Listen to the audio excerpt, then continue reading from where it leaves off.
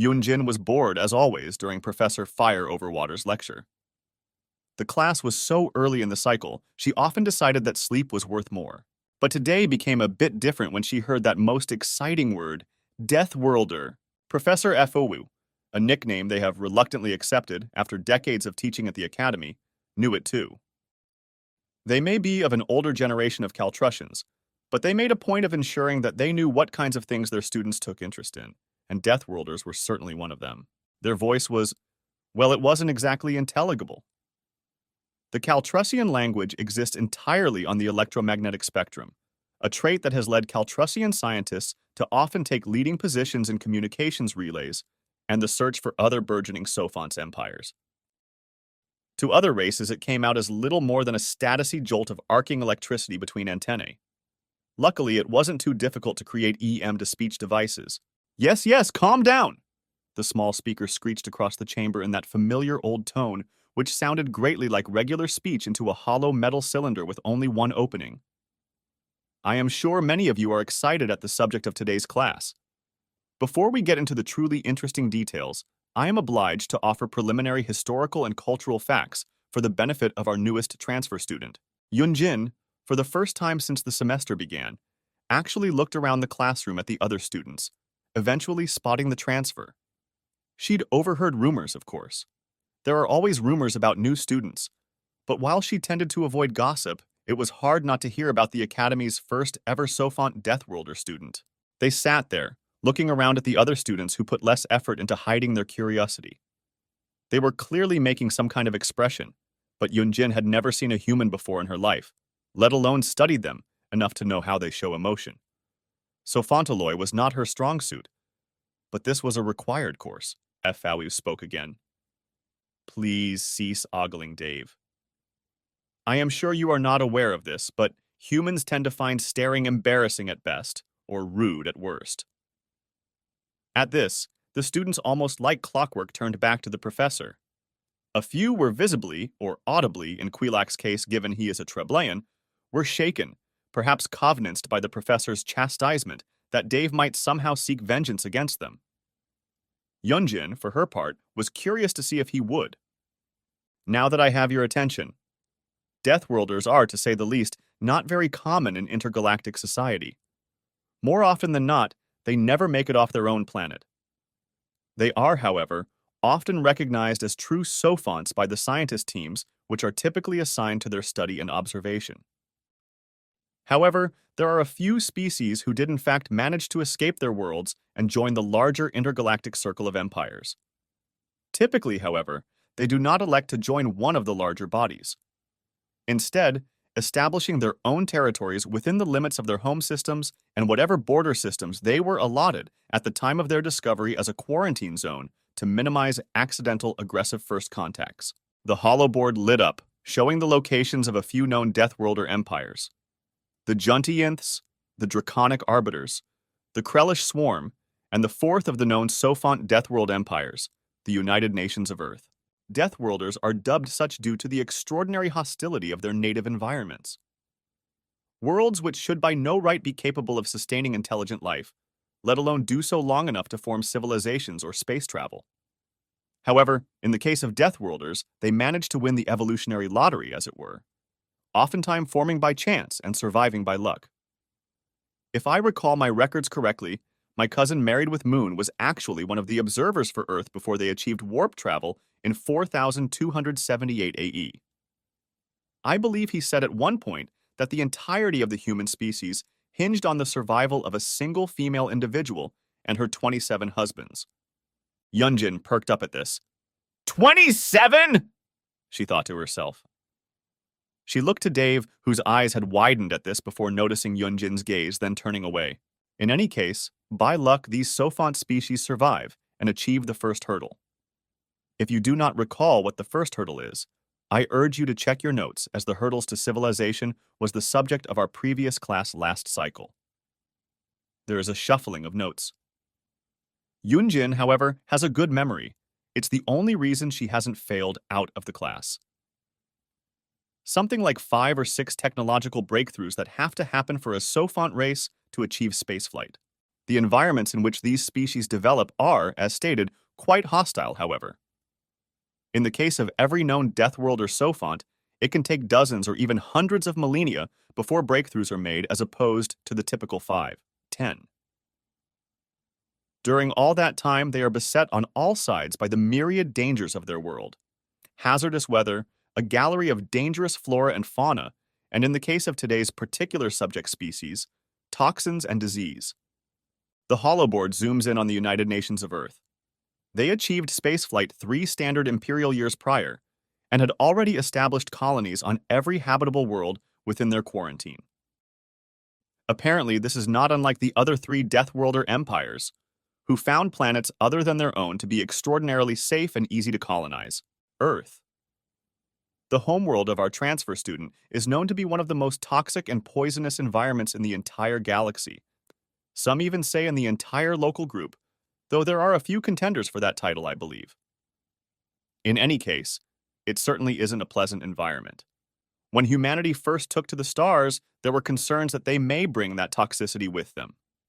However, as it turns out, only their internal symbiotics are actually of any threat. A simple disinfectant procedure on their skin is sufficient to make them safe to be in the proximity of. Under no circumstances, however, are you to come into contact with any of their bodily fluids.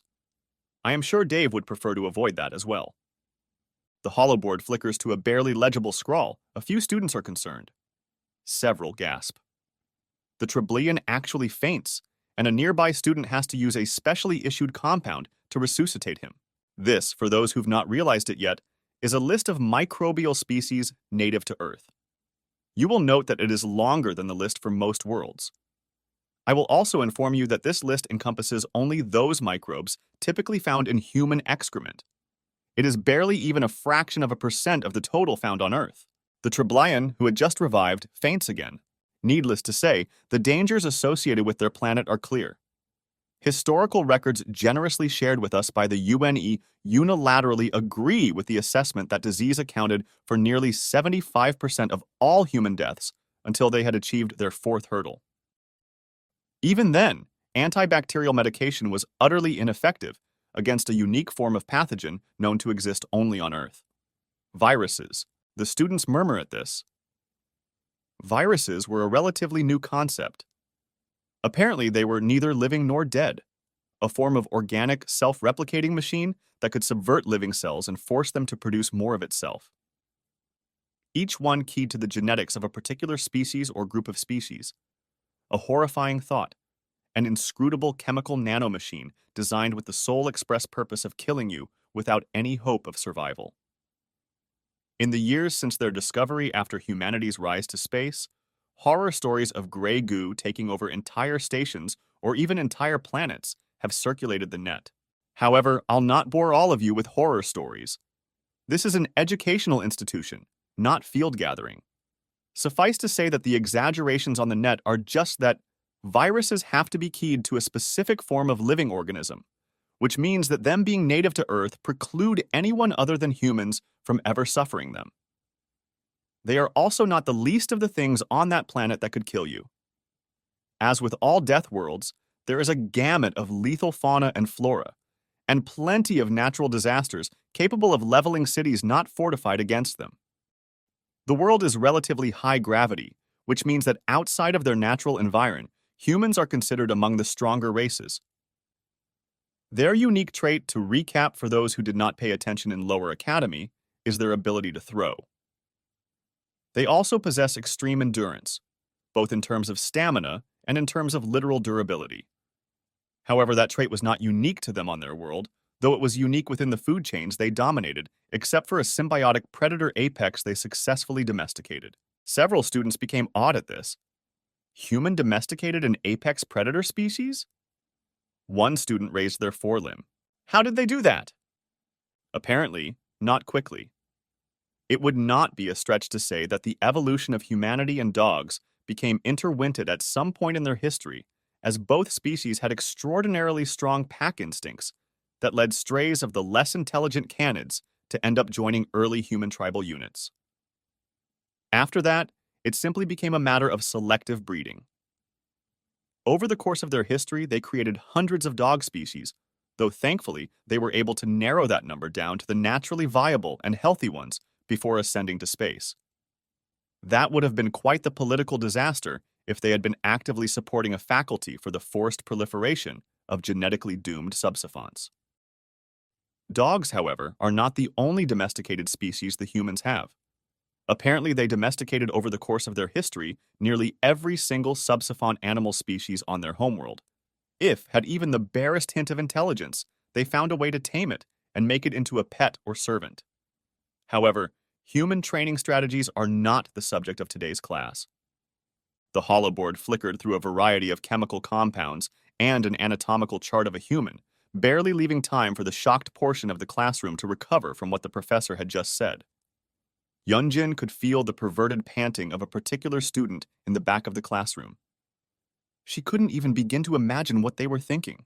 Humans' ability to throw objects comes from a fairly ingenious, unique anatomical structure. Their entire skeletal composition is a series of mutually supportive levers, joined and controlled by extraordinarily dense clusters of cellular fiber. One student spoke abruptly, like organic string that pulls on itself? Yes, Tracian, like organic string pulling on itself. However, it would perhaps be more accurate to call it organic military-grade tension cabling. This unique structure meant that through a total body movement, they could build and multiply the momentum of their manipulator limbs to rather extreme speeds. They, of course, share the common Death Worlder trait of iterative regeneration, allowing them to grow stronger and more efficient through repeated overuse of their various muscle groups. This allowed them to throw rudimentary weapons with enough force to maim or even kill prey species in their early formative years, and formed the basis of their brain's natural thought tendencies for their entire history. To put it simply, the entirety of their weapons development, with only a few exceptions, is various ways of throwing things very, very hard. By the time they rose to space, they developed magnetic firing systems, rivaling Imperial vessels, and were in fact well on the way to independently developing plasma-based weaponry. The general unease in the classroom only grew further. Yunjin deduced that whatever expression Dave was making was either extreme pride or extreme embarrassment. She couldn't tell which. However, in my humble opinion, that isn't even the most interesting thing about them. The primary topic of today's lecture, and the thing you will all find on the test. Professor FOW stressed that word, prompting several students to activate their holobooks, is their unique digestive system. Humans are omnivores. Several students audibly inhaled, resulting in a variety of oohs, aahs, and gasps. Your amazement is well earned. They are the only known species other than the Krellish swarm, who can barely be considered truly sophont anyways, to have developed successful omnivorism. Now, before you all go getting ideas, it is not true omnivorism as with the Krellish. There are in fact a variety of things that humans cannot eat, especially in the realms of inorganic materials. Although there are reports in human records of individuals who did in fact possess true omnivorism, a trait that may have propagated had their species taken any longer to cross the first hurdle. Regardless, the sheer breadth of what their digestive system can process is staggering. Needless to say, it includes nearly any form of organic soft cell or deliberately evolved edible flora, and many forms of non-deliberate flora if exposed to certain forms of processing. The most intriguing thing about their diet, however, is their propensity for eating poison. To this end, the professor produced a strange-looking artificial bag, brightly colored, with human language inscribed on its surface. Thank God Yunjin's actual specialty was linguistics. Human language was one of the first things she studied. The bag read, Sour Patch Kids, which did not translate very well. She did understand, however, that sour is a form of flavor that only humans seem to be capable of tasting. Was sour poison? Dave, if I understand correctly, this particular sweet is considered a delicacy? Dave stood up, shifting slightly from side to side. Yes, ma'am. Sir? Professor, will do. As a Caltrusian, I do not possess advanced morphism. I believe the correct pronouns in your language would be they, them. Oh, okay, Professor. Yes. I don't know about delicacy, but I'll chalk that up to translation error. They're candy. Pretty good, actually. Sour, then sweet, then gone. Professor FOW nodded. One of the Academy's security experts confiscated this from Dave's room this morning after detecting high levels of poisonous powder in his room's filtration vent. It was not until Dave himself was found by a HAZ team that it was discovered the source of the powder was this candy, as he put it. Apparently, it rapidly aerosolized when he opened the bag, causing the poisonous powder crystals used to produce the sour flavor he mentioned to flood his entire room. I will take this moment to remind you, Dave, that the Academy will not tolerate possession of potentially lethal substances, which includes even what you might consider food. Please, return to your seat. Dave did as instructed, his somewhat rectangular sensory limb bowing downwards, pointing his ocular organs to his desk. Yunjin read his lips as he muttered, "Stupid filter vent." This particular item is considered to be one of the weakest of their various toxic foodstuffs. Yet, had he opened the bag in this very classroom, I suspect several of you would already be dead by now, and several more well on the way to the emergency room. There is also another popular toxin in their culture that they call spicy, though even humans seem to be divided on the matter, with many being unable to tolerate the sheer degree of pain ingestion of spicy food causes them. Their ability to devour toxins was also unique to them, a trait not even shared by their domesticated species. It was often a case that humans who owned dogs or cats had to be careful with their foods, lest their toxic contents masked by sweet aromas kill or maim their less resilient companions.